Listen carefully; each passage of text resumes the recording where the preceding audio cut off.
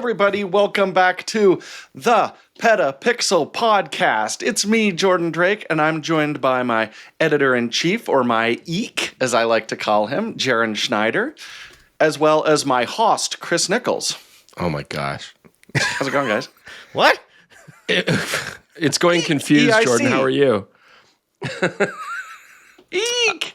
I'm, a little peek behind the curtain here. So it's not out yet, but we did record our annual best and worst late last night. They're hydrating right now. Just sprung out of bed into the podcast this morning. So my voice is going to sound different, and I'm coughing. So I'm sorry about that, but that's what happens when you scream all night. I feel great.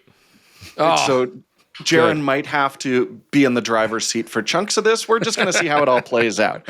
But this is a big one because all the editors at PetaPixel have been everybody, period. Yeah. Has been discreetly voting on the best and worst of the year, which is totally separate from the best and worst that we recorded yesterday and the Gear of the Year video that is going up the day after this podcast drops. Yeah. So you might be confused. I still am. But we got a lot of awards coming on. So anyways, what's cool with this, we don't know the results. Jaron does, but he's going to surprise Chris and I with everyone's suggestions, and then we can either argue with them or concur. So that'll be fun. For what it's worth, by the way, you guys are the only ones who do best and worst, which is your video separate.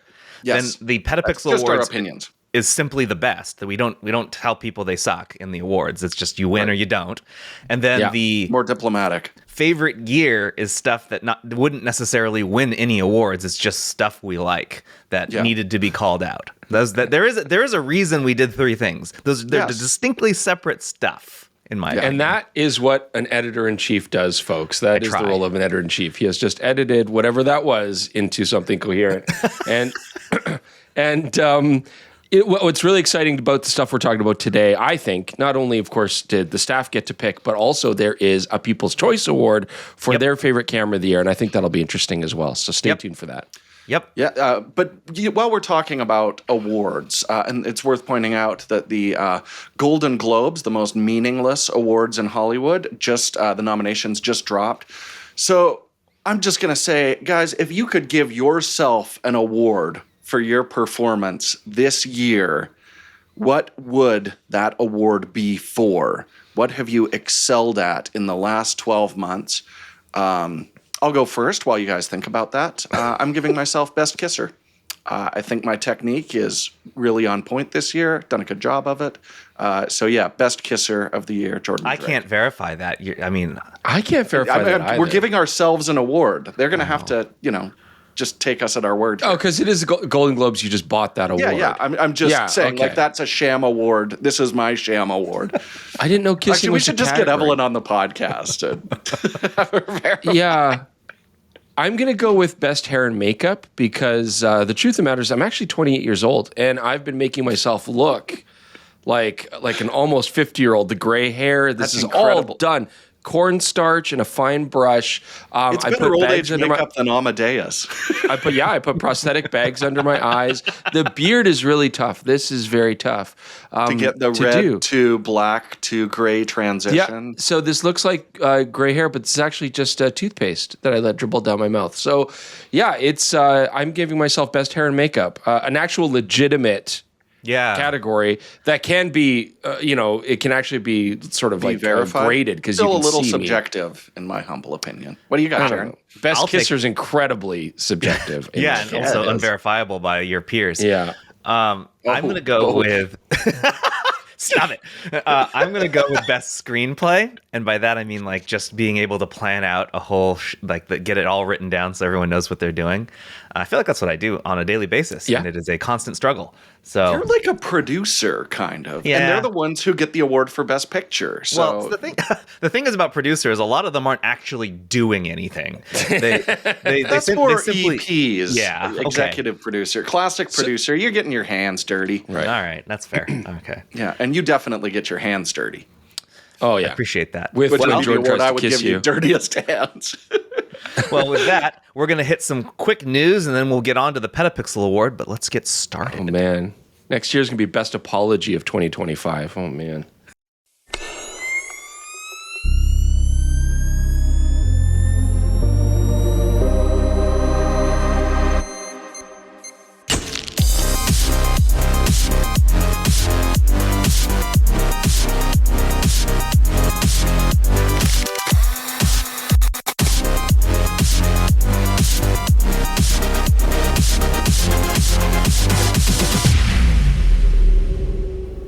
everyone. If you're a wildlife or birding photographer, you know the magic of capturing rare encounters from a distant distance.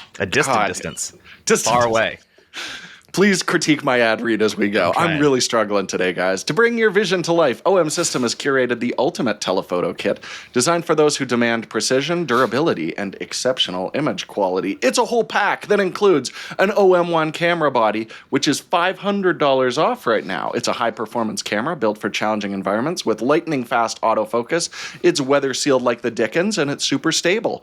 But there's also the Emswico ED-150-600 F5.0-6.3 IS. All of those numbers and letters mean something, because this lens can do a lot. You could get $700 off this game-changing lens, offering up 1200 millimeter equivalent full-frame zoom with incredible sharpness, advanced stabilization. That's stabilization twice. This is a very stable kit. And hey, it's also macro flexible. Macro? You tried. In that same kit, MC20.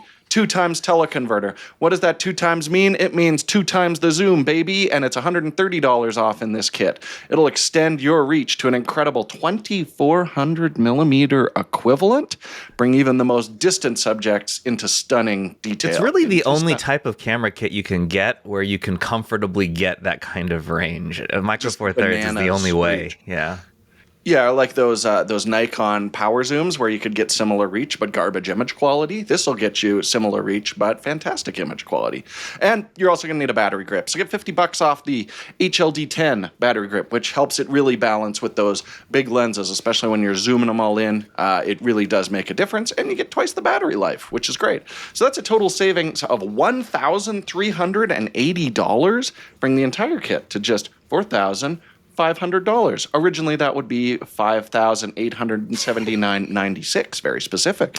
Whether you're capturing the soaring elegance of birds in flight, them bilfs, or the intricate details of wildlife, this gear is engineered to transform your photography experience. Plus, the Emswico 150-6 lens is more than a telephoto. It's a pretty good macro powerhouse. Say it. Powerhouse. Did we get a double powerhouse? No, we had a game changer and a powerhouse. Game changer and a powerhouse. Okay, that's 2 of 3. With its weather-sealed construction and customizable controls, it's ready for every adventure, no matter how extreme. So don't miss out. This amazing offer expires January 5th, which is racing towards us. Discover more at explore.omsystem/PetaPixel or at your nearest OM System retailer. Thanks, Jordan, for that. I Good did it. ad read? It's not my best. Did you stop drinking last night or this morning? All right. So, before we get to the PetaPixel Awards, let's hit some news. Rather quiet week, but stuff still happened. Let's start with Samyang announced the new Prima series lenses that is launching with a new 35mm f1.4p for Sony E-mount. This is going to be the first lens in Samyang's 3rd generation of products. Thoughts? Love it. Jordan, where's Samyang from? They're from Korea, Chris. Very well done. I'm learning. We were trying to figure out our lens strategy, and I was frankly ignorant the other day. And I've been getting a hard time from my coworkers about it. The 2 Asians on the pod. This is the classic, Sigma started the art series with their 35-1.4. So why shouldn't Samyang do the exact same thing from Korea, do the exact same thing? So I'm really looking forward to this. I think it's going to be like my holiday lens. I love a 35. And I'll also be testing the Viltrox 135. So I got my 2 favorite. It sounded like something fell when you lifted that. He broke something. That was my canned air for cleaning products for product photography tipped that's over fine. there. That can fall. It's a little cluttered. Not gonna lie. Jordan does kind of touch on it, but we have been speaking to Samyang, and we are getting a review unit. I'm not 100% sure of when it's going to arrive. They're going to try and ship it this month, which is good. So you should expect a review from these guys in the coming 6 weeks. It looks interesting. It looks understated. It's exciting now to see other manufacturers getting into the autofocus game and making I'm assuming it's a high-quality lens. We'll see. P stands for Prima. It's kind of their most important series of lenses. They look portable. They look compact. a lot of their autofocus glass is being quite well regarded. Again, I've never reviewed one of these lenses, but I keep hearing that it has really improved. So just moving up to a more premium look and feel, I think is... They are aiming this at smaller cameras. Like they want this to be ZV-1. They want this to be A7C, that kind of stuff. So designed to be a little bit lighter weight, a little bit more compact, but still very bright. We'll see. Yeah, I wonder how much digital correction is happening. We'll see. Yeah, I want to test it out with the A7CR. I think I'm going to see if I can get my hands on one of those. That might be a fun little combo. So on this note, anyone who's paid attention to the photography industry may remember that famously last year, Samyang joined the L-mount alliance. Mm-hmm. Curiously, where's the L-mount lenses? There's no L-mount version of this lens at launch. So I'm just a little bit confused. Where are the L-mount lenses, and why isn't this launching on E and L? I mean, you're right, because a lot of the other companies will launch on both, and I don't know. Yeah. That's maybe they just wanted to get it out. E-mount would be the most prolific, obviously. Far and away, they're going to sell this the most in E-mount. So maybe but you don't join the L-mount alliance just to ignore it. Yeah, exactly. It is strange. So we'll see. But this is going to be the first of many, right? Yeah, I'm assuming that they'll be releasing more lenses in the. It would be incredible if they announced a brand new lens series and this was the only one in it. I suspect there will be some other. Are they? Now, and we're done. With the Prima, are they going to make like an Astro version of a lens and then call it Prima Nocta? That would be interesting, and then you could have a little bit. I was hoping that they'd do a Vera series, and we could have the Primavera lenses. That would be lovely as well. Nice. Well, before we move on from Samyang, it's worth noting that on the same day, the company announced the ultra-wide autofocus 12mm f2 for APS-C cameras. That is being ported to RF mount. Yeah. And so that is showing that Canon essentially is being pretty open with who gets to build autofocus lenses for the APS-C versions of their RF cameras. Well, and ultra-wide is, again, something Canon's just flat out ignoring. So this is really nice. How about this? They're flat out ignoring their entire APS-C series, period. They just don't make lenses. So why? Yeah, that makes sense. I'm waiting for those full-frame floodgates to just open and just third-party lenses to spill out over the dam and just crush villages and destroy people's basements. Innocent people. And everybody on the roof waiting for a helicopter to save them. It's going to be wild, dude. We have to ask them very strategically this coming year about all right, so RF, opening that mount maybe a bit more. We'll see what this they is say. The best you can do is an 18 to 45 F6.3. Are you kidding me? Yeah, they can do better than that. How about no? Well, all right, it'll happen. Also this week, Microsoft confirmed that they have discontinued the Surface Studio 2 Plus. Shocking, which means Jaron. There are no Surface Studios available or being manufactured actively now. If anyone doesn't remember this, I do not blame you, but it was an extremely cool looking and well-designed computer all-in-one that is essentially the PC's answer to an iMac. And it was originally this 2 Plus came out when the iMac was already being telegraphed as no longer being a high-end selection. It was supposed to be an entry-level computer. Yeah, except the problem with this is this computer was really stinking expensive and filled with subpar hardware. So, outdated components. Totally outdated components, and it was like $4,500. So no wonder it failed. But imagine, if you will, a studio, a Mac Studio, or even a Mac Mini as the core of this thing. That thing would shred. Yeah. Well, it's wild because obviously it's a beautiful market. Apple is destroying that. I mean, they basically own it. And you'd think that another large company would be able to compete as well and give an option. But I don't, way too expensive, way too weak. I never played with the Surface, like any of the Surfaces. I mean, they were sort of touted as powerful tablets. And I remember looking at a more convenient option. Touted, yeah. That's a word. So a perfectly appropriate word. So I don't. Did they use just like Windows as their operating system, or did they have an Android kind of based? It's Windows. It's Windows based. Oh, it's Windows. Okay. Yeah. All right. But it's like the laptops, you run the same thing, but like Windows isn't the greatest touch interface, but these all have touch. No. Yeah. Well, what was compelling to me is, iMacs are great as an all-in-one, but there's no touch screen on that. It's not nearly as flexible. Like the ability to tilt it down, you could use this as a surface, just like the iPads actually write and draw on it. So it seems like it would actually check a lot of boxes for creatives. It's just, it was grossly underpowered. But I mean, like the addition of the iPad Pros now have taken that market completely away. I mean, despite their horrible OS, they're very powerful. Yeah. And they're amazingly less money than that. So for $4,500 in 2022, you got an 11th gen Intel Core H35, which is not a good processor. It was probably picked because it didn't generate as much heat as like a 13900K. Sure. Which would have been better. You got 32 gigs of RAM, which is fine. Fine. A terabyte of SSD storage, also fine. Fine. And then 3060 laptop? A 3060 base laptop GPU, which is and basically anytime you have a laptop version, you just take that number and then you go down like a notch, and that's what it actually runs at. Yeah, it's not good, and they wanted so much money for this. The display was a 4500 by 3000 pixel 28 inch. Really nice. Really nice hinge, felt great to use. Yep. Unfortunately, Microsoft just didn't seem to have a grasp of who they were selling this to, like what that type of person was actually looking for, what they needed to do to make it a compelling product. And of course, they probably sold almost none of these. Do you think if it was $5,500, Jaron, and had like very capable guts in it, do you think there would be a market for this? They would need to have made that base. Here's the thing that I find funny before I answer that question. Microsoft probably picked all these parts because they could cool them in the base that they chose, which is pretty small. But nobody except Microsoft said it needed to be that small. You're hiding it behind the display. You can make that as tall as you want, man. Like you can easily triple that and it would still be fine.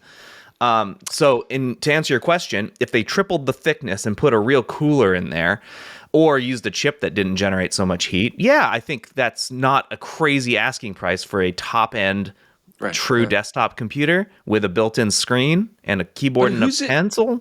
Who's it for, though? I mean, other than the fact that it looks cool, takes up, it's like svelte on the desktop.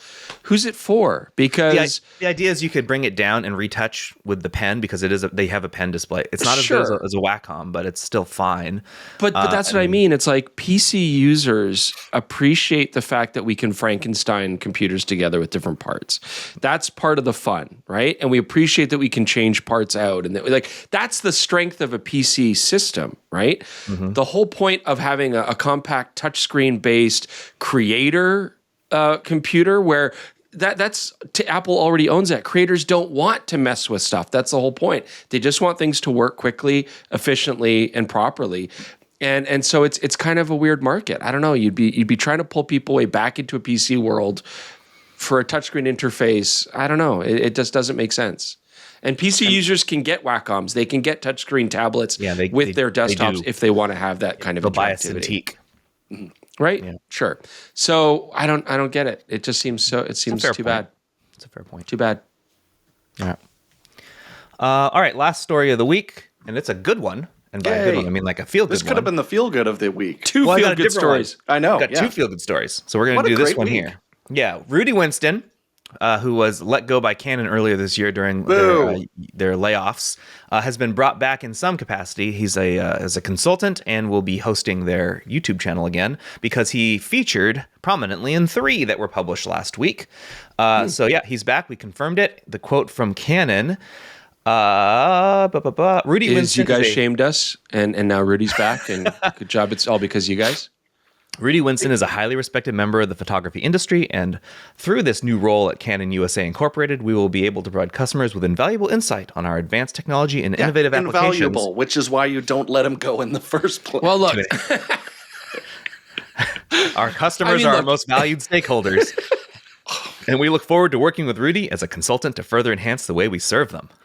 So again, let's keep context, okay? Yeah. I mean, it is sad and it's business and it's people get hurt in business and that's unfortunate. But let's be clear. I mean, the folks at Canon USA loved Rudy.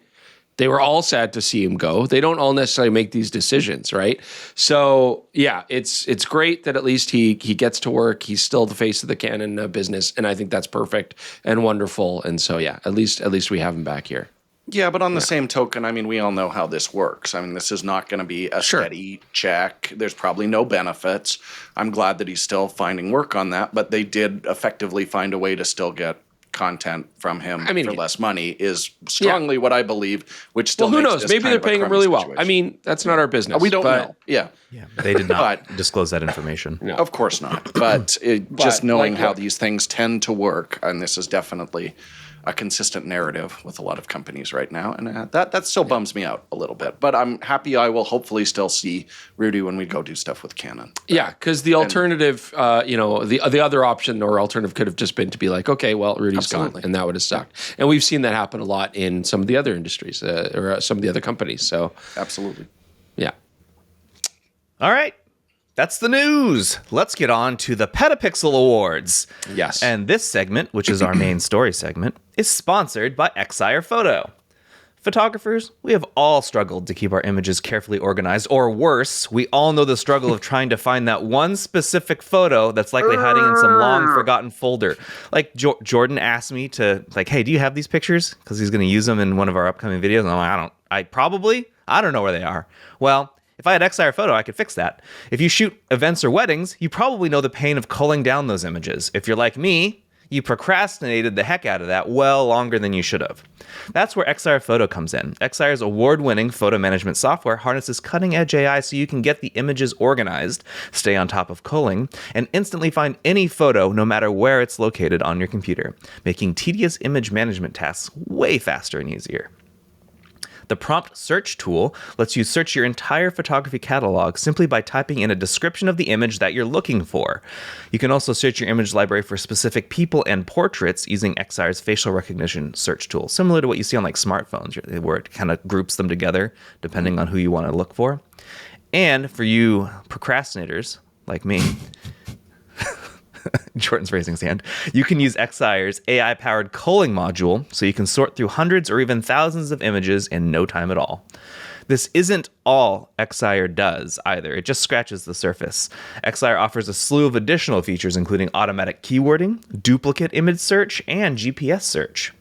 The software is available as a standalone image organizer, which is called Excire Photo with an F, as well as a Lightroom Classic plugin called Excire Search. The Lightroom plugin brings nearly all of Excire's AI-powered tools directly into the Lightroom interface, though it doesn't yet contain the advanced culling features that's in the standalone version, which is called Excire Photo 2025. So if you'd like to take full advantage of Excire's culling tools, that's a better choice. You can download a 14-day trial or grab a lifetime license from Excire's shop. We love lifetime. You can use the special code PetaPixel in all caps, PETAPIXEL, for 15% off your purchase. It's all caps, so you have to shout the coupon code. Yeah, actually, shout that Jared. code in there. Would be grammatically correct. PetaPixel. Yeah. Thanks to Excire for sponsoring this main story segment, and you can check the link in the description below to go look at it yourself. And so here we go. On to the awards. Well, just on that same topic, you know what I like to do? Procrastinate. I like to put all my hard drives out on the table, and then I like to plug each one of them in individually, and then I like to go through everything in Windows Photo for hours, and then I have to mark, like, this is to be sorted. I should probably look at this at a later date, possibly print this one. And that takes hours and hours. I believe it was recently claimed that days were spent through this process, Chris. I actually did that recently. Exire could be your best friend. Do you take those hard drives days. afterwards and then shuffle them so that you can't remember which one's on what? Of course. Well, you put them back, you throw them away in disgust, and then you're like, oh, wait, which one had that photo? Have I backed all these up? Like, yeah, it was nuts. I did not enjoy that experience at all. All right, well, you should get Excire Photo. You know what we did enjoy are these award-winning products we're about to talk about. Yeah, okay, so let me break down how this works for anyone who wasn't sure. So last year we published our nominees for each of these, and what we did was Accessory of the Year, and then we did have Software of the Year, but during the voting process, the editors came to the conclusion that we shouldn't be putting smartphone apps and desktop software in the same category. So after nominees were made, during voting, we actually broke those out and re-voted. And we broke that into desktop software of the year and smartphone app of the year. So those are both categories. Then we have computer of the year, which needs to be pre-built. So that really means a lot of PCs didn't qualify. But, really Chris has a PC, I have a PC. We don't hate PCs. It's just you have to have a good pre-built. I love PCs. We also have smartphone of the year, zoom lens of the year, prime lens of the year, camera of the year people's choice, as Jordan alluded to. And we added another one at the end, which was editor vote only. It was Chris. Photo company of the year. So, with that said, some of these have a bronze and silver, and then one of them has a silver. That would be the camera, both lenses, and smartphone all have multiple awards, but the other ones only have gold awards. So we're going to start with accessory and work our way towards camera of the year at the bottom. We're going to start with renaming the nominees for each of these. The nominees were Lexar's Go Hub and SSD for smartphones, which Jordan likes. Really sweet. The iPad, video about that. Yeah, the iPad Pro, the new one that Chris uses all the time. Westcott's U60B. Just lighting Chris right now. It's lighting you right now, right, Chris? Yeah. It is. Logitech's MX Creative Console. Let me unplug it and hold it up. This is the MX Creative Console. It's like a little keys, shortcuts. They don't light up when it's not plugged in, so apologies. But it and then the Shure MV7 Plus, which both Chris and Jordan are currently using. Yeah, I like that. Sure, Mike. And so the winner of this category was the Apple iPad Pro. Hey. I love this. Wow. I didn't know you were going to do that. That's adorable. I know. I like surprising you. All right. So, Chris, why is the iPad Pro something that should win this award? Or not? Look. Do you agree? Yeah, I do agree. I do agree. I mean, a lot of these accessories I do use, not all of them, but some of them I use. Obviously, the microphone here has been great, the light on me. And it for me, I think the most important thing is it has to make your life easier. This Shure mic actually handles the echo in this room much better than some of the other microphones. And I mean, lights are always great. Like, having lighting is always really useful, especially for what we do. But I feel like the iPad Pro has changed my life in a more meaningful way than anything else has this year. So it's just the convenience to be able to take it traveling, not have to bring my laptop. It is very powerful. I'm doing a lot more work on it. Like, I feel like it's almost there now as a tool that you can use for 100% of your work. You could almost a few UI changes. It'll be better, but it is still changed my life dramatically. And I take it actually pretty much everywhere now. So both Jeremy Gray, who was on last week's podcast, and myself also used this year's new iPad. And the thing I think that was the biggest marketing point for it was like, oh, it's thinner and lighter. And a lot of people are like, okay, that's not that new. That's not that impressive. Like, thinner and lighter is, I don't think, if you haven't actually held the new iPad Pro, it is shockingly thin and light. Like, it was a huge bonus this year. Like, it was a legitimately good thing. And then, I don't know if you have it, but Jeremy does. He has the nano texture display. No, loves it. I don't. Yeah. I don't either. He says that thing is definitely worth the hype. Mine just looks like oily fingerprints all over it. That's like the actual texture. The actual texture of my screen is oily fingerprints. But like, I mean, like there's so many situations where I'm sitting in bleachers. My son is playing volleyball, and I can get an article done or touch up some work. So that's pretty powerful. Without having parent. Yeah, without having like a laptop on my knees and that's what big Jordan fan does. blowing. Yeah, I'm the parent when my kid's doing like basketball practice, sitting with a laptop and SSDs dangling off the side. Yeah, that's of them. crazy. That's often plugged into like a small rig battery. Yeah, so it just look like a digital octopus. Yeah. Yes, a digital octopus. And with that, we're going to move on to software of the year. This is for desktop software of the year. The nominees in this category were Apple Final Cut Pro, Adobe 11. That's right. Hold on. Let me put it on here. The X plus one with an exclamation X plus mark. one. Adobe Creative Cloud 2025 and DaVinci Resolve. And the winner was DaVinci Resolve. So congratulations to DaVinci Resolve from Blackmagic Software. Interesting. I know what Jordan voted for. I actually can't remember what Jordan voted for, and I anonymized the results. So I think that's a good thing. So I use Final Cut to do our show, but I'm often finding myself dipping my toe into DaVinci Resolve for like raw processing or before if I had to do keyframing. And every time I load up the screen, it's just like, what's new? And you're like, this is a massive list. And man, is that software fast, especially for free software. So no, I'm incredibly impressed by it. And if you're starting from scratch, I do think that's probably the way to go with nonlinear video editing right now. Because it's free. Yeah. It's free, which is insane. The paid version is not necessary for most creators because it's true. I think it unlocks 8K and a couple other things, but you don't really 10-bit need editing. It.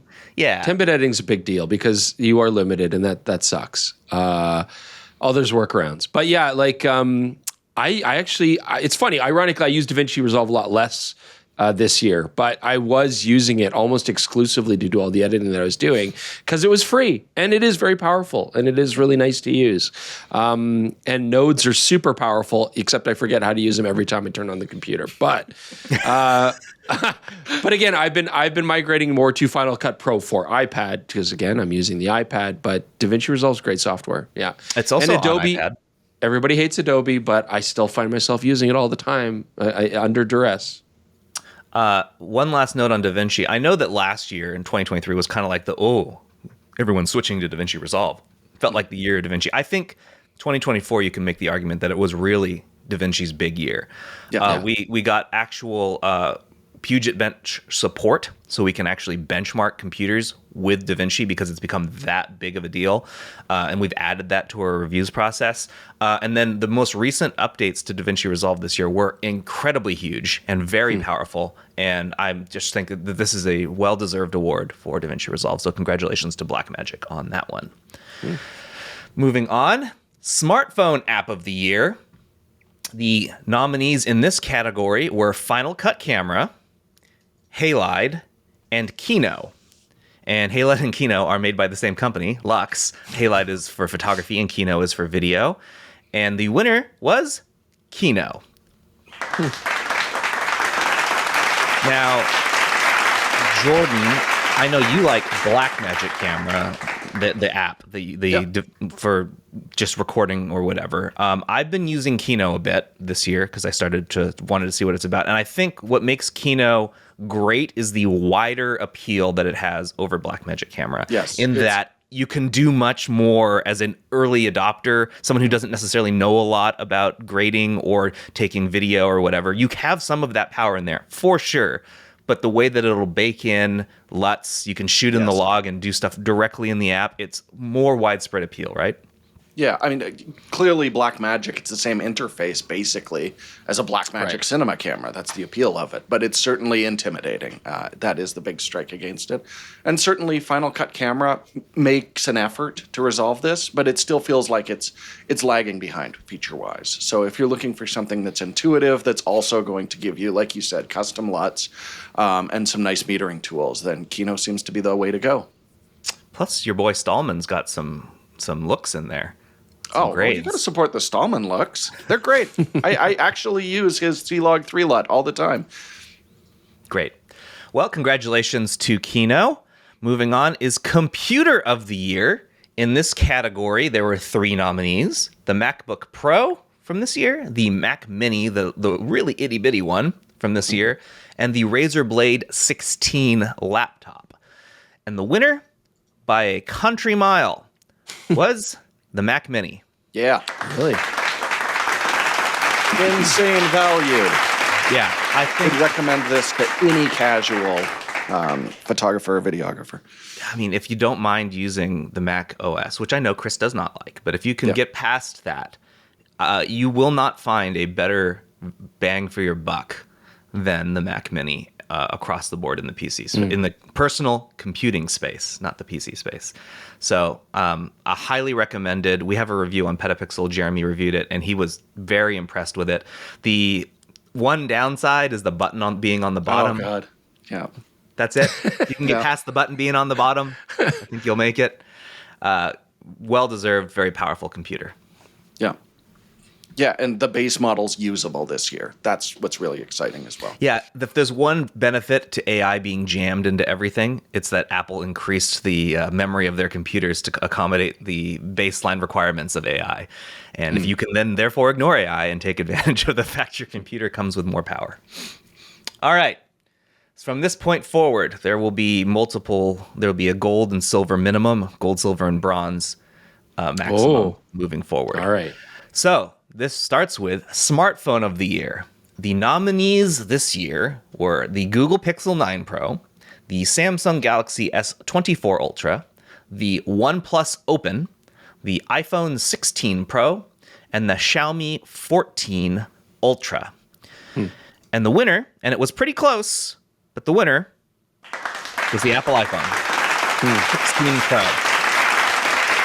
And I think this probably goes to Apple because of the usability and the fact that most people are just upgrading from their iPhone to another iPhone. And they're like, yeah, this one's great. It's better.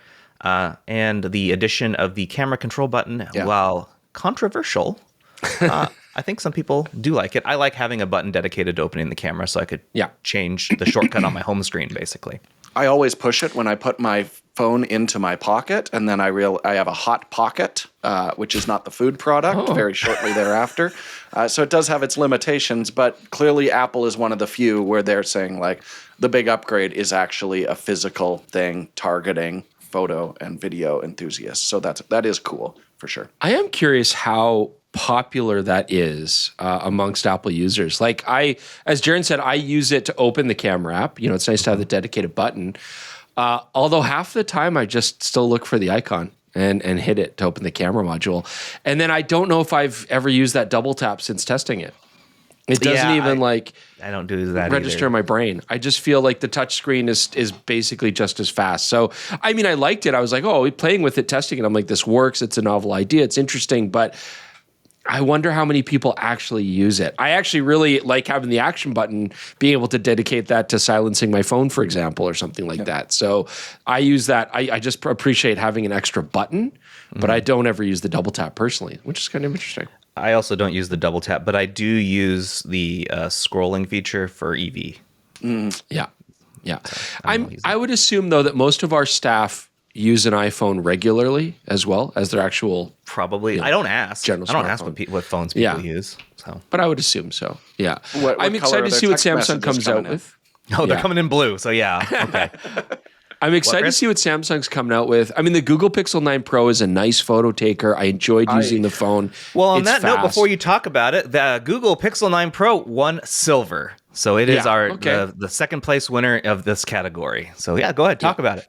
Yeah, very powerful phone. I enjoyed using it. I feel like there's, and again, I'm talking about this from a photographer standpoint. I feel like there is it's kind of like a look to the photos now that a lot of the digital cameras were dealing with like 5 years ago. Remember when everybody's like, oh, Canon looks a certain way, Nikon looks a certain way, Sony looks a certain way. And that's why everybody said Sony looks terrible. And that's, and it's like, now I feel like that's kind of leveling out and people are like, camera's a camera. You can make the image quality look the way you want. That's plateaued. But I think with smartphones, there's still very much this distinct kind of emotional feel to the images. And my wife uses Google Pixel. She says this a lot. I've heard this, when she looks at different phones and she tries them, when I've brought them in to test them. She'll have emotional responses to, she's not really concerned about photographically what's better, dynamic range, ISO, whatever. It's more like taking pictures of our daughter. She's like, oh, I really like the way this particular phone looks. And that's interesting to get that feedback because I don't look at it that way. I'm always looking at it in a specs way. And she's saying like this year, Google, she's not really enjoying it. She enjoyed the Samsung look. Now she's kind of like, yeah, I might want to look at a new Samsung and see what that looks like again because of the color and the overall rendering of the image. And so I think that's very interesting that it's really, they're very distinct. Apple, Samsung, Google, very distinct looks to their image quality. The one thing I want to say for the Pixel is it always felt like it was beautiful image quality on the Pixels. They were known as being for photographers, but they always felt like, as the kids say, a little bit mid, like the build quality and everything felt like it was not a premium phone. So this year it absolutely does. I mean, I would put the build quality and the design up against the best from everybody, the Samsung especially, and the iPhone 14 Pro. So for sure, yeah, a much nicer, more premium feeling display, and the screen is gorgeous. Gorgeous. Put it on the box. Okay. It's gorgeous. In quotes. It's gorgeous. Well, it's gorgeous. And again, we've said like the tech on the Pixel is probably the best still right now as far as camera quality, screen quality, that kind of thing, or at least very high up there. It's very competitive. I'll say Samsung has to do more than put bad AI in their phone this year. Yes. I think the 24 really underwhelmed. It didn't bring anything new to the table. And what it did bring new was software that wasn't very good. But again, let's not discount the fact that people might just take a Samsung shot. Most people are just shooting straight out of camera and might prefer the color and the skin tones and the overall vibrancy of the image. Yeah, true. All right.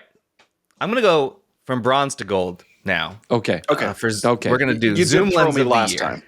Zoom lens of the year. I should have started at the runner up as opposed. Okay, well, I'll do it. But that would have really given it away. Everybody would have known. Yeah. Okay. Zoom lens of the year. So here are the nominees: the Sigma 28-45 f1.8 Art. Oh, great zoom lens. Sony 28-70 f2 GM. Oh, great zoom lens. The Sigma 24-70 f2.8 DGDN Art 2. Great zoom lens. The Canon 24-105 f2.8, and the Sigma 24-105 f2.8 DGDN Art. I believe that's a 28. Sorry, 28-105. Yes, my bad. All of these, this should go to show, this was a heck of a year for zoom lenses. These are all fantastic. The third place bronze award went to the Sigma 28-45 f1.8 DGDN Art. Yeah, optically phenomenal. And it's just limited by the most limited zoom range that we've seen. But you have to remember the old APS-C 18-35 was equivalent to like a 28-50, basically. So this is only 5 millimeters off, and that lens has been a staple in videographers' bags for a decade now. So it is a true follow-up to it for full frame with the same bright aperture, which is just a monumental achievement. So I think just in terms of like a showpiece lens, that is definitely one of the standouts this year. It's an interesting lens. I wish it was wider. But I know that this is right up Jordan's alley. He loves focal lengths like this. Obviously, that means a lot of people do. Is it fair to say it's more like a video kind of lens? Like it would appeal more to videographers? Well, they did turn it into a cinema lens, did they not? Probably the best gimbal lens ever made would be. But again, I wish it was a little wider. The reason I left that Sigma 1835 I used for years was to go to the 10-25 Panasonic because it gave me an ultra wide angle as well. So an optically fantastic lens, not my favorite. The silver award also goes to Sigma for the 28-105 f2.8 DGDN Art. Wow. Love this lens. Had a great time. Took pictures with it. Shot a wedding right before I hurt myself. Wonderful. This was the lens that almost broke your foot. Yeah. Yeah, I mean, there was certainly precedent when Canon brought out their 24-105, but very video-centric lens, where this is a lot less expensive and quite a bit lighter as well. So I just think it's a more versatile all-round optic. What did you think, Chris? Well, the thing that struck me most using the 28-105 was that it felt kind of like this focal length had been ignored, where it used to be very popular way back in the day. So I got a little tinge of nostalgia using a 28-105 general purpose zoom.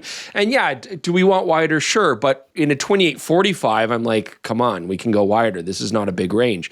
But here to get that 105 millimeter range and keep the fast aperture and keep it small and compact, that's really the magic sauce there, right? I mean, I think it's an awesome lens for an event photographer. I think it's an awesome lens for a travel photographer. And so, I want something compact. I want something small. I want something usable. It's a very good usable range, and it's good all throughout that range optically. So I loved it. Yeah, great lens. Enjoyed using it. I was thinking if we do actually see like professional S-series bodies from Panasonic this year, that lens is probably just going to be stapled on there. Look, I love a 24-105 f4. I'm not even using the mount. I'm mounting and then staple it to make sure there's no chance of it coming off. A 24 to 105 f4, I still really like that focal length. I think a lot of people do where you don't necessarily always need bright glass, but it's nice to have that 24 mil wide angle.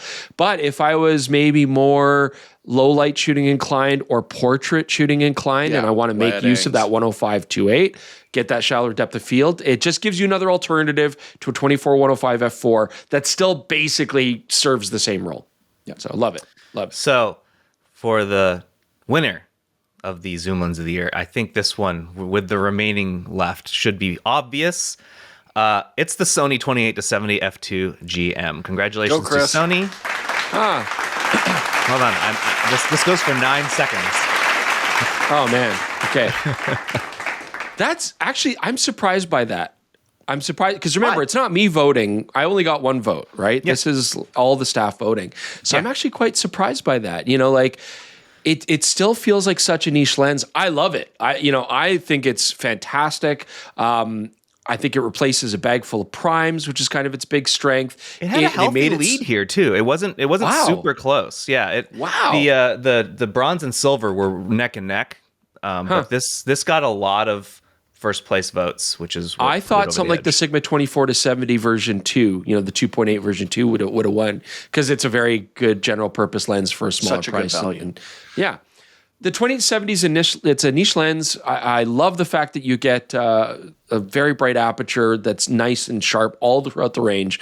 And they were able to make it smaller and lighter, but it's still kind of like, these are not experimental, but they push the envelope as a lens goes. So there's some digital correction. I like the bokeh, but yes, there are some onion rings in that bokeh. And so there are little compromises and stuff. And it's still big. Even though they made it smaller than Canon's version, it's still big. So for me, I was willing to deal with that, but I'm surprised that everybody else was okay with it. I think because there was precedent with that Canon 28-70, the fact that it was so much lighter really had extra weight because we'd seen what the other design. Yeah. Oh, God, I'm so good at this. And yeah, the focus as well on that was just unbelievably good, which, we always say like, oh, you need that smoking fast focus for telephotos. But when you're dealing with very shallow depth of field like this, you want something incredibly responsive to keep the pupil in focus, not those eyelashes. It's very good. So there again, I just found it more usable than the Canon, which again is a great lens, but this is better. Okay. Moving on to Prime Lens of the Year. The nominees are Sony's 85mm Sony's 85mm f1.4 GM. You thought it was a 1.2, didn't you? And we all thought it was going to be. No, I accidentally put art in there. It's not an art, it's a GM. Because there's a Sigma 50mm f1.2 art that is nominated. The Sigma 500mm f5.6 Sport. Thank you for putting the 2 on there for me, Chris. Tamron 90mm macro. And then Fujinon 500mm f5.6 for both GFX and X mount. It's the same lens, so we combine them into one here. And so in the bronze award, that goes to the Sigma 50mm f1.2 DG DN art.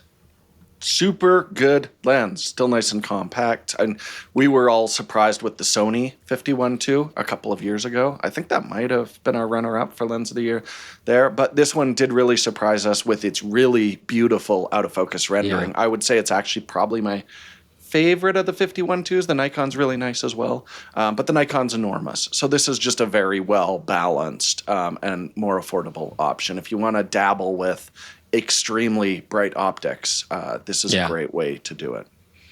I think that the real telling story here that you want to look at when you're, is kind of read between the lines that we're talking about Canon having a lens like this, Nikon having a lens like this, Sony having lenses like this, and not just this 50 mil. I'm talking like 85s, I'm talking 500s, all this kind of stuff. These lenses already exist. Sigma's coming out with all these lenses that already exist, but Sigma's able to make the lenses basically as good optically, in pretty much every way, shape, or form, sometimes better. And yet they're making them small, light, an affordable in comparison. So it's a coup. It's a straight up coup. Their Sigma is like sending the troops in and taking over the palace. Like it's pretty wild. And I think that's really the big story. Like a lot of the lenses we're talking about, Sigma's in a lot of these lenses lists multiple times. So love the Art series. It's a great example of making a very difficult lens, typically a very expensive lens, and typically a lens with a lot of compromises, and yet they're showing that they're doing as good a job as the first party, and you're still saving money. And so I can see why a lot of these companies might be reticent to open up their full frame mounts, because it's going to be a straight up challenge, direct challenge they're gonna sell to less the existing optics.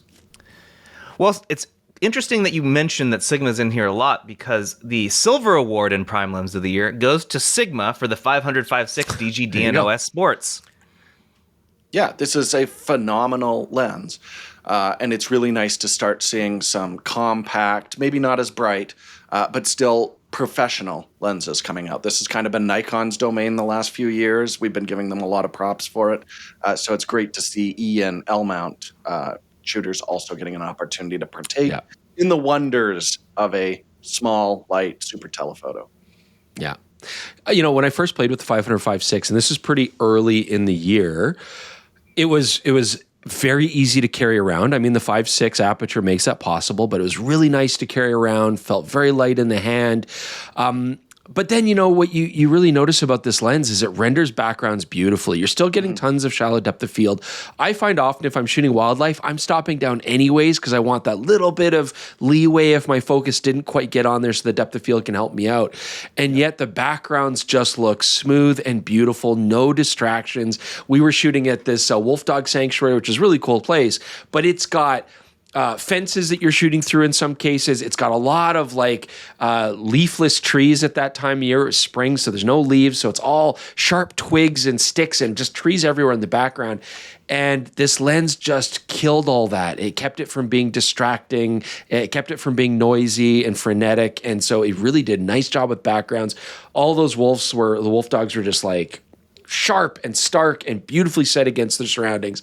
And so, you don't even need to know tech to just realize, oh, these photos look beautiful. Like it's rendering these animals really nicely. And that's what people want in a wildlife lens. And on top of that, it's fast and it's small and it's rugged and it's affordable considering what it does. And so it was immediately, sometimes you pick up a lens and you're like, oh, this is it. This is a great lens. I think we already shouted, didn't we, Jordan? We were leaving. They were like, lens of the year 2024. we were saying that while we were out there because there were no drawbacks we could see. And I'm going to say it right now. Best zoo lens ever made. Oh, yeah. Zoom lens. It's beautiful. It's beautiful. And if you're a wildlife photographer and you're looking for this range, I would take a hard look at it. I mean, L mount or E mount, unfortunately, only. But it's great. It's so good. All right. Canon shooters would love to have that. Oh, lens. they would, yeah. Oh, all right. Prime lens of the year then goes to the Sony 85mm f1.4 GM2. Wow. Yeah. So just as a note here, I want to point out how close this was. The fourth place lens was Tamron's 90mm. It was down by 1 point versus the 50. And then the Sigma 500 was only 2 points behind the Sony 85.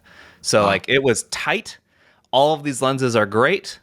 And the 85-1.4 GM just happened to get just a little bit more love. Peek behind the curtain. Chris and I argued about this. Go, Chris. Well, do we want to spoil it? I mean, we did argue about this. The 85mm 1.4, it's not, how do I say it? It's not very exciting, right? I mean, it's the second version of the first lens, and I like the first lens. I love 85s, and an 85-1.4 or 1.8 is my preferred portrait lens, and the 1.4s do give you that really shallow depth of field look. It's still usable as like a head and shoulders or full body portrait lens. You can get that kind of 135mm look if you get further away where a person looks still very separated from the foreground and background. So there's a lot of advantages to having that 1.4, and that's why 85 1.4s have been popular since, the first one was invented. Decades.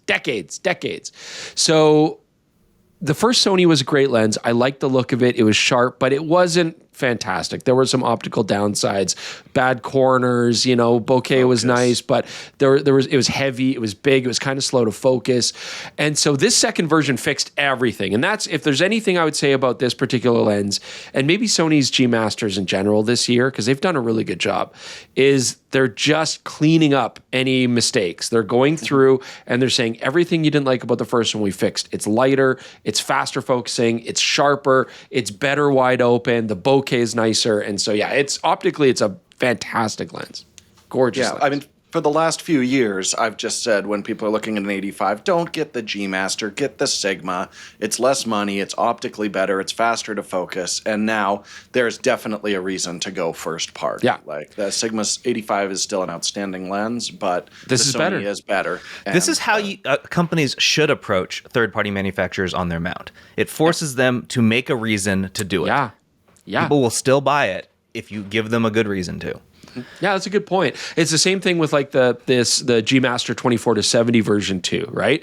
Sigma makes a great 24-70. It's a fantastic lens. Thrashes the original Sony. The original exactly. Not good.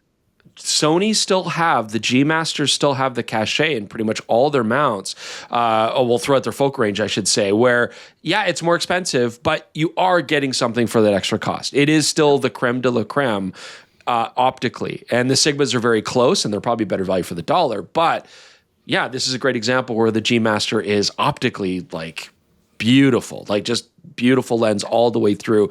Very little to complain about. Chris sent me the charts, and it looked like he had just, sent me the original file of the chart. There was no defect whatsoever in any part of it.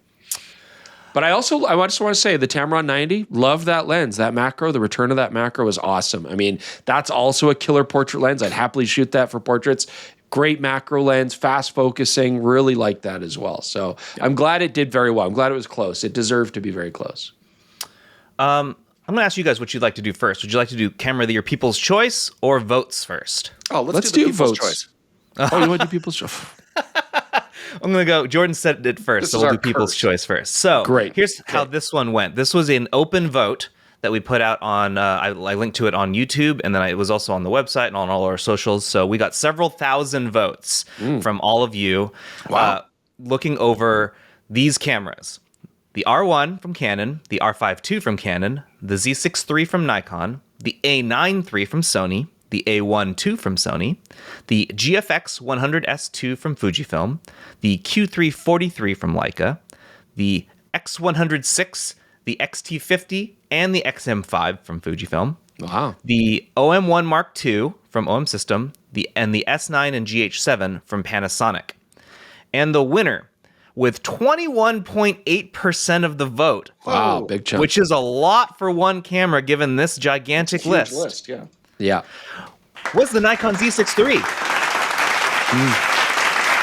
The Sony A9 III was in second place here with 16.7% of the vote. The R5 Mark II had 13.09%, and the X106 had 10.5% to round out the top four. Congratulations to Nikon, who shows that the average person wasn't getting distracted by that whole dynamic range thing. Yeah, I mean, there's drawbacks to the new technology on it, but it's exciting to see, at the one end of the spectrum, we've got the A9 III, which is brand new tech that is useful for a very small number of people. Yeah. But that partially stacked sensor, now we're seeing like some of those really compelling advantages for the faster readout coming down market a little bit more. So people can experience, a blackout-free full-frame camera with outstanding video quality without dropping over $4,000. It's a very good camera. When that partially stacked sensor came out, I was a little bit skeptical, because you've never heard of it before. And it's like, oh, this sounds kind of weird. But it did exactly what they said it would do. It's like, it's a bridge. It's a gap between it. And there has always been this gap of affordability. Going to a fully stacked sensor always raises the price in a big way. And so this was actually a really smart move to give people a little bit faster scan rate, the benefits of having that faster scan rate without making the price crazy. And the Z6 III is like an everyman's camera. It's a great, versatile, all-around camera. Hell of a video camera too, hey, Jordan? Amazing video camera. Yeah. And really, when we look at Nikon, They've done a lot of things with firmware with the Z8 and Z9 to address some of their limitations, but one that they couldn't do through firmware was the electronic viewfinders on those cameras. So it's great to see like that very bright 5.76 million dot display. Eye-searingly bright. It's wonderful. Too bright. That's okay. Better than too dark. Yeah, you can turn it down. You can't turn some cameras' viewfinders up. So that is actually an excellent segue to the Camera of the Year votes. Because Camera of the Year, what I think this is a nice differentiation is we look at the people's choice is essentially like this is the camera for what most people will like. Meanwhile, Camera of the Year is a vote from editors is more like what technological achievements is probably what we're more focused on. Right. But with that said, bronze went to the Nikon Z6 III.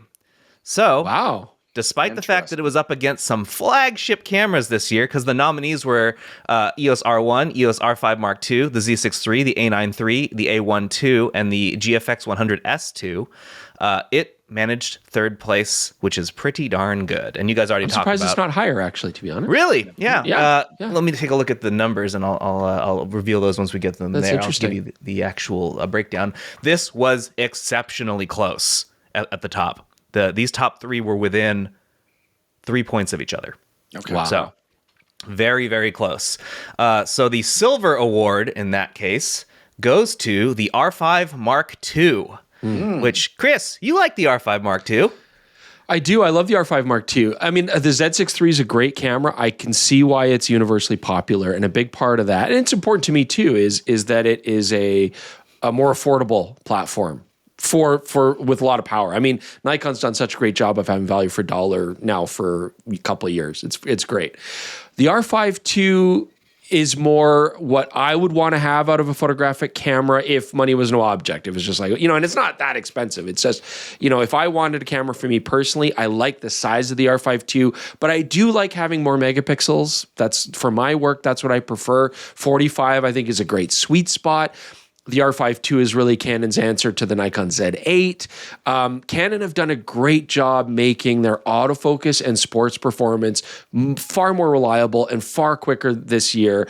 And the R5 II, honestly, it stole the thunder from the R1, like just sapped it all, sucked everything out of it. It's like over this weekend, my son Noah, who's very strong, he's an athlete, he finally beat me in an arm wrestle. That sucks. This is going to be relevant. That broke my spirit. It broke my spirit. It's the first time it happened, and every father kind of gets that point. It's like, oh, I'm proud of you, but I'm also like, I'm obviously going to die soon. So, it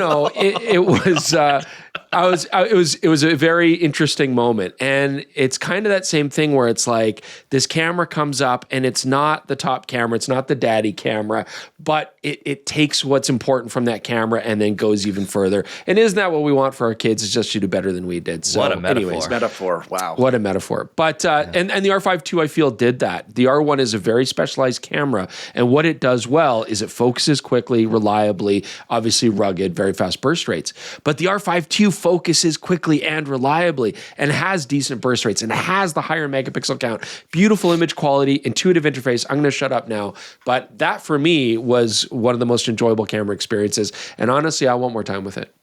Yeah, that was my favorite Canon I've ever shot video with as well, I think is worth pointing out. There you go.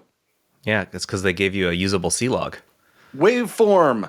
And waveform. Why is it not in the R1? Yeah, which weirdly the R1 doesn't have. Yeah. Doesn't make any sense. All right, so Camera of the Year then goes to the Sony A9 III. And I will tell you the scores here. The A9 III got 42 points.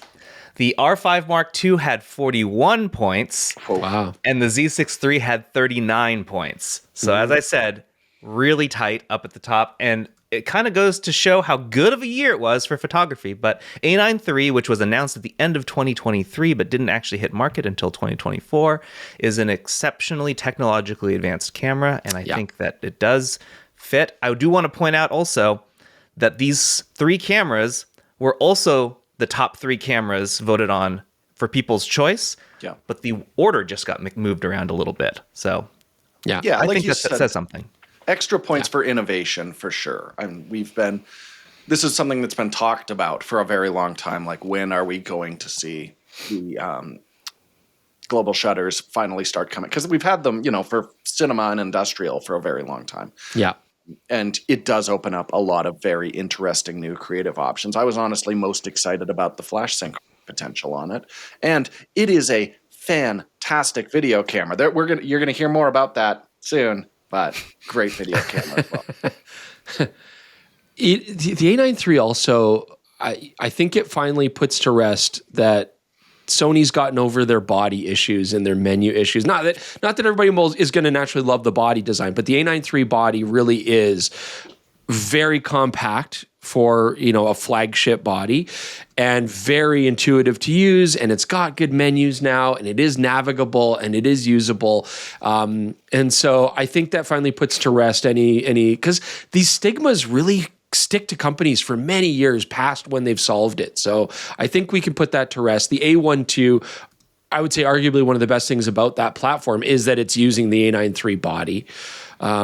Great EVFs, just a technological marvel.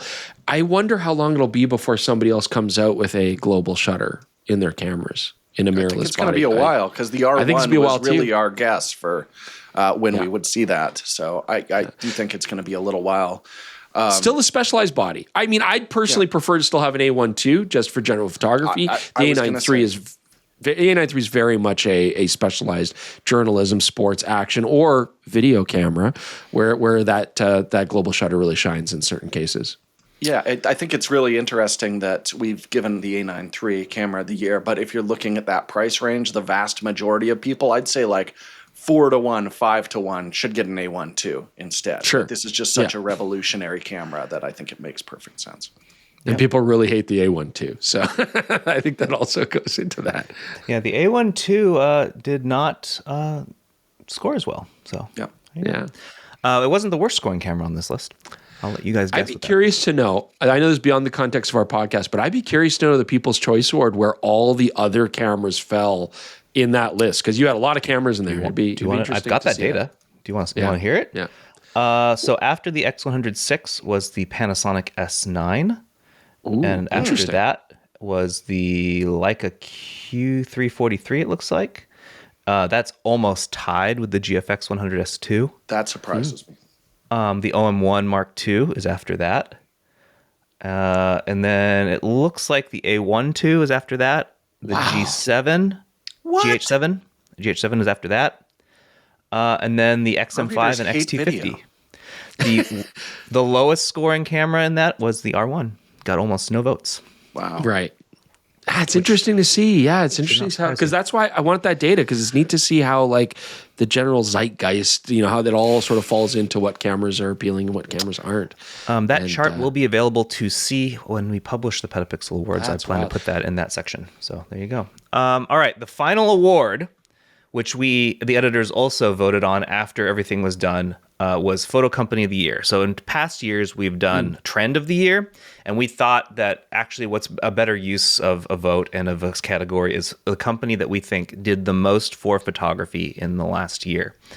And best trend would have been AI, right? So again, right, yeah, and I'm not doing it. So best and worst trend. If you look back at this awards that we've given thus far, there was one company who kept coming up multiple times, and they have had one hell of a year, and they've had almost, I'd say, a hell of 5 years. They've just been absolutely crushing it. They've done a fantastic job, and that's Sigma. Pentax. Sigma. Oh, Sigma is the photo company of the year because of what they have been able to accomplish. We were looking at how many total awards, podium finishes they had, and that's not even touching how many total lenses were released this year, and basically all of them are fantastic. Yeah. So congratulations, Sigma. You are doing great work. I know the goal was from Kazuto-san, who told us that they wanted to be seen as not just a good third-party lens company, but a premier optical company. Yeah. And Chris said mission accomplished a couple times this year, but yeah, they've done that. They are a premier optics company, and they are very deserving of this award. So there we go. As a recap, Photo Company of the Year, Sigma. Camera of the Year was the Sony A9 III. Prime lens of the year was the Sony 85-1.4. Zoom lens of the year was the Sony 28-70 f2. The smartphone of the year was the iPhone 16 Pro. The computer of the year was the Mac Mini. The app of the year was Kino. The software of the year was DaVinci Resolve. And the accessory of the year was the Apple iPad Pro. Let's get the clapping Foley one last time, Jeremy. Okay, one more clap. All right, here we go. Congratulations to all of the nominees and the winners. Fantastic year for photography. Great job, everyone. And with that, we'll move on to what have you been up to besides getting trashed last night? Yeah, there will be evidence of that very shortly. So yeah, look forward to the best and worst. Really quickly, Jordan and I, our families went to Edmonton, which is north of us by about 3 hours. And that was for my daughter's birthday. She's turned 9, and she wanted to go to the water park because they have a huge water park inside a mall. And we also took a Japanese exchange student who's, of course, never seen a giant water park inside a mall. So that blew him away, and we had a great time, and it was super fun. And now we're back home. And my RAV4 broke down. The engine's cranking, but it won't kick in. It won't start, and I don't know what it is. Maybe my fuel pump. I don't know. So that sucks. I don't know. I'm going to have to deal with that now. Yeah, I was with Chris last weekend, but I just wanted to throw in there. We talked about maybe all watching it for the podcast, but I did watch Lee, the film starring Kate Winslet, about Lee Miller, which I do think if you're not well versed in kind of the history of why she's important and everything, it does do a good job of kind of spelling out why she's an important and influential photographer. And it does a lot of the stuff that I love, those kind of Easter eggs where it's like, oh, she walks by, pulls out her camera, and you can just see in the film like, oh, that's that iconic photo that I've seen before. This is kind of the background of that being taken. I don't think it's a fantastic movie. I think it would be just as good as like a documentary. But Kate Winslet is excellent in it. It's a Sky production, so it's beautiful with like actual sets and props as opposed to people walking around in front of a volume. So that is also really cool to see as movies with a bit of production value. And I would recommend checking it out, but it's not going to make my best movies of the year. But if you're a photographer and want a little inspirato, check it out. A couple of weeks ago, Chris, for no reason at all, bought me the Strike Freedom Perfect Grade Gundam, and I've been working on that. For your birthday. My birthday's not even here yet. Thank you, appreciate it. You opened it early? It wasn't wrapped. Anyway, I started on it, and the legs and waist are done, so I'm working my way up. Yay! So up to the crotch, the favorite part of every Gundam. Yeah, I painted the crotch yesterday. Oh, yeah. Tell me that more, slower. I'm not going to do that. Okay. All right. We're going to move on to tech support, of which there is a giant pile that we'll have to work our way through over the next ensuing months. But the first one is a speak pipe from Natalie. Let's listen in. Hey guys, this is Natalie, and I have a question mostly for Jordan. I'm a big fan of the show, and I'm a camera operator in the adult video space. And I've been noticing that the camera resolutions and bit rates are advancing way faster than the actual streaming resolutions or bit rates that we're delivering in. I shoot a lot for independent creators who basically want the smallest 1080p files that they can get because they're editing tons of videos on low-power laptops, and the customers are ultimately streaming super compressed videos on their phones anyway. Tube sites and OnlyFans where the content ends up, they want to save money by crushing delivery bandwidth. I shoot on a Fuji XS20, which has a minimum bitrate of 50 megabits per second, and those files are already on the higher end of what my clients even want to deal with. I know companies like Sony have lower bitrate options in a lot of their cameras, but I just wanted to ask what manufacturer you think is doing the best job of including good-looking, low bitrate video in their cameras, rather than pushing the better high-end flashy specs that don't actually fit the needs of content creators, whether they're in mainstream or adult like me. Thank you. I thought this was a very interesting question because this has got to be a gigantic market. A huge and market. Jordan knows his adult films. Okay, so I think we're guilty of this as well, because whenever I start talking about the video features on a camera, I go straight to like the headline, your high data rate, most color information, things like that. But yeah, absolutely. And we always assume like, oh, I want the biggest, best files, and then I can compress those like crazy when I output them. I mean, that's what we do for YouTube. But absolutely, if you're passing it off to someone else to edit, then having those really compressed options, it's going to be very useful. And so she asked specifically who's doing a good job. I jumped right to a feature that Panasonic introduced with the S9, which is a very low data rate open gate recording. So this is going to let you frame up for horizontal, frame up for vertical, but it's at 35 megabits per second. It's designed to just quickly get files right over to a smartphone quickly and efficiently. You're throwing away color information. You're going to have motion compression issues if you're using this, but it's a great alternative. And I love the idea of being able to frame for different screen shapes. This is exactly who it's for, being able to do horizontal or vertical. So I think they're kind of leading the way there. The other thing is a lot of cameras still have support for AVC HD, which was designed so you could record it, plug it directly onto a Blu-ray disc, and it would play back. It's an ancient format, and it runs at 24 megabits per second and is decent motion compression quality. So if you've got to do classic widescreen deliverables, that is actually not a bad format. And it's still supported on, like the Panasonic still have it. I know Sony does. But we are seeing manufacturers start to strip that back because the file structure on it is weird and gross. But the files are small. Yeah. I remember it used to be like the only option in Sony's, as I recall, and I hated it. Oh, for years, yeah. It was terrible.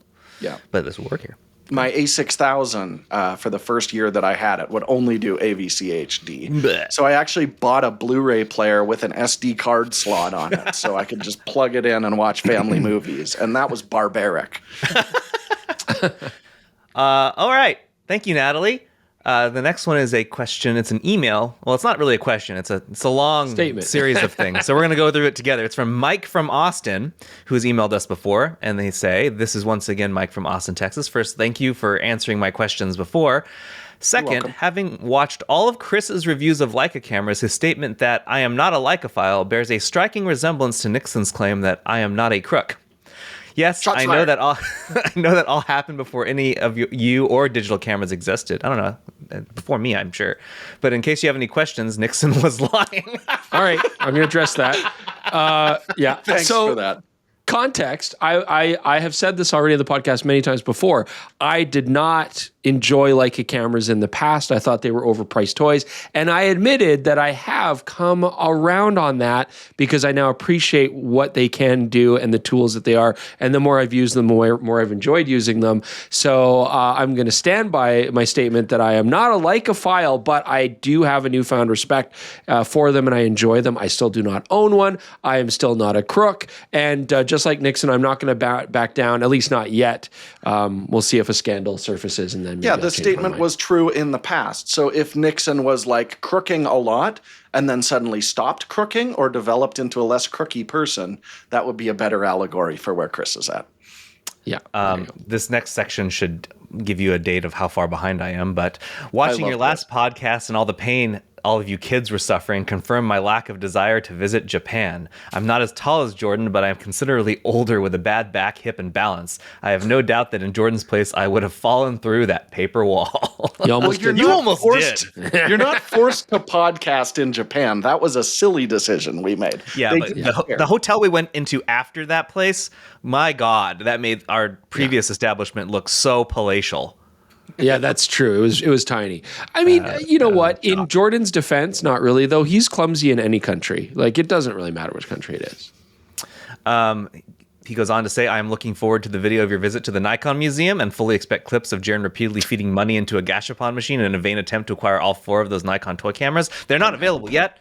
Stay tuned. I'm going back at some point. And I he will would have get done those that. damn cameras. I would have done it. And we would have done a clip of me doing it, but they didn't have them yet. So stay tuned.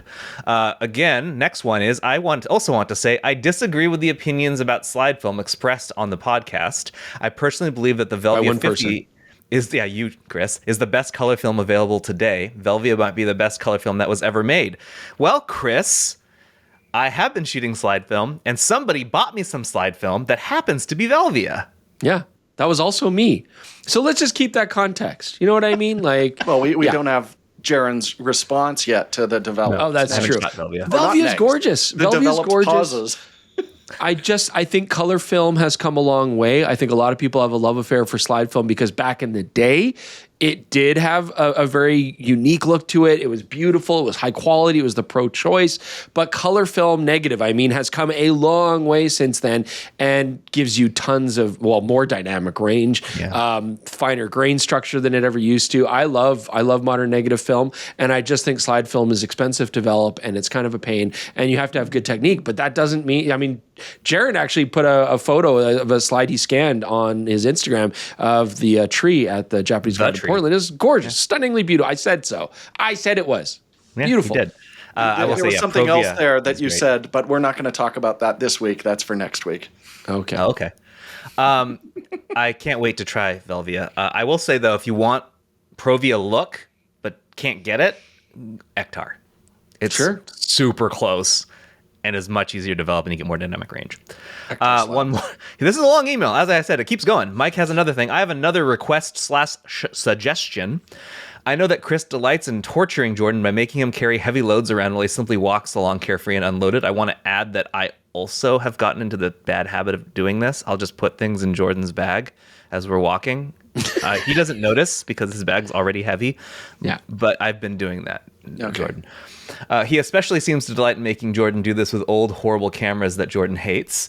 I don't know. That sounds like me. This is lacking context, Mike. This is lacking context. So how about which episode you're referring to?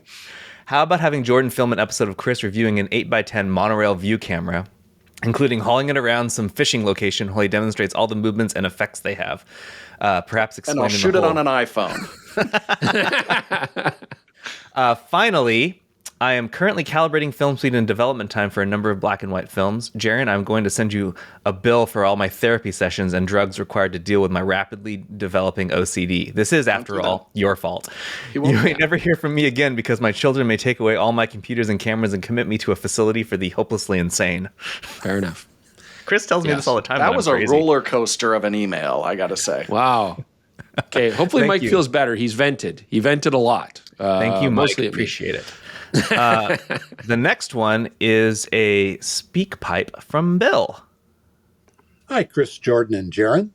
I'm a longtime listener to the podcast, and I try to catch it every week. This is my first time with a question. I'm primarily a Sony full-frame user from back at the Alpha A50 to my current Alpha 7 Mark IV. But because of weight and size and other reasons, I have added a Micro Four Thirds from Olympus. First with the Pen EP5, which is a nice little camera, but I've soon discovered many, many limitations on it. So I've upgraded to an OM System OM5 body. I like the JPEGs, but I've discovered that I cannot download RAW onto my Apple iMac or my iPad, even with the latest firmware updates. So what is possible to do? Is Adobe's DNG converter possibility? Are there other options available to me? I know that you folks are sponsored by Olympus, so perhaps you do have an answer for me, and I will be definitely waiting to hear an answer. Thanks for listening. So, what a pleasant this was a voice. problem. I pointed it out multiple times in the past. Where it's like there are a long list of OM System and Olympus cameras that weren't being supported by Photometer, which relies heavily on Apple. Yeah. And so I don't know when you sent this in, Bill, but as of September 16th this year, Apple updated its RAW profiles to support a gigantic list of Olympus cameras, including the camera that the OM System OM5 is based on, the EM5 Mark III? III? Yeah. I think that's on here. Yes, the EM5 Mark III is on here now. I hope that works with the OM. I hope they didn't change something because there's no OM System camera on this list at all. It's only Olympus. So if it doesn't work now, Jordan, the DNG converter should be a solution, That's right? exactly what I was going to say. Is I've just used DNG converter with OM1 and OM5 files to flip them in, so I can work on them in Capture One. But it's convoluted, Adobe right? has had support for a very long time on those, and OM5 files still do not open, which is crazy because it's just a metadata tag. Like you can go in and just modify it to be like camera taken Olympus EM5 Mark III, and it'll work just fine. So That's crazy. back in the madness. bold predictions, Jordan said that Apple was going to make a photo software. They're going to have to up their raw support game for that to work because it's silly. They're slow. Yeah, Definitely. exceptionally slow. Like these were just added in September. My God. All right, so next one is another speak pipe. This one's from Megan. This is old. Hi guys. Just wanted to say happy birthday to Chris. And for Jaron, glad you were able to get your dad's camera to work. That's really cool. Oh, thank you. I'm looking forward to seeing the pictures. And also for Jordan, don't understand half of what you say about the videos, but it's entertaining Neither do to I. listen to you all nonetheless. Anyways, my question, and I hope it's not a stupid one, is that with the adapter for the Canon EF to RF, if lenses are supposed to focus on a particular distance to the focal plane, sorry, that's my phone, to the focal plane, doesn't the adapter add distance, and how does it account for that? If this is a stupid question, then please just don't publish it. Thank you. Bye. Not a stupid question. Not a stupid question. And you're absolutely right, Megan. The distance is very important. But RF mirrorless mounts, the distance from the lens to the focal plane is much shorter. And with telephoto lenses that we would have used on Canon EF mount, they've actually been calibrated to focus light further away from the back of the lens because they have to account for that extra space. There's a mirror in there inside the mirror box, and so the light actually focuses further away. So when you take that EF to RF adapter and you put it on the front of the mirrorless camera, it actually mimics that spacing from now the sensor where a mirror box would have been to that EF lens to make the distance appropriate for it. So yes, EF lenses do require more distance from the sensor, but the adapter accommodates that. This is why you could never go with a mirrorless lens and try to find a way to make it focus on an SLR. That would not work. And it's also why it has to be extremely precise. There's a lot of third-party adapters to use SLR lenses on mirrorless cameras, and if they're not bang on, you'll suddenly find you're not getting infinity focus, or it's not focusing as close as it should. So that's why you generally want to go with like a good one. I've actually been talking to Jaron about focal flange distance this week. I don't know if you want to tip your hat to that, Jaron. But, sure. He's going to be doing some weird stuff. I wanted to do it with my dad's Nikon F, but I can't because F doesn't long flange adapt well. back. Doesn't do anything well. Chris doesn't know about this, and he's going to tell me that I'm insane. That's why you but didn't tell me. Okay. I want to shoot anamorphic on film, and I want to de-squeeze it after, and so I can't do it with the F. But do you know what I can do it with is a Bessa, and so I need to. I'm going to be like eyeballing the frame. And I can only shoot at infinity if I hope to get anything in focus. You're not going to get an anamorphic viewfinder that clips on top, so you're going to be spitballing. That's right. I want to have fun. And it's a rangefinder, so that focusing mechanism's not going to work. So you're going to be hyperfocaling this sucker. I wish you the best. This is I never knew madness. you were a masochist, but that's starting to make a lot of sense. Like Look, I just want to do cool, fun stuff. You enjoy the punishment. Yeah. What if it turns out amazing? You're going to be like, well, I was still right. You're still crazy, Jaron. But for sure. I wish you all the best. Okay. The last one that we're going to have time for this week is from Bob from Australia, I think is what we're going to do. Because I've done Bob's accent before for you guys, but poorly. I want you to hear what Bob actually sounds like. So let's listen to Bob. Chris, Jaron, Jordan, how are you, fellas? Bob here from Australia. Sounds like Jaron.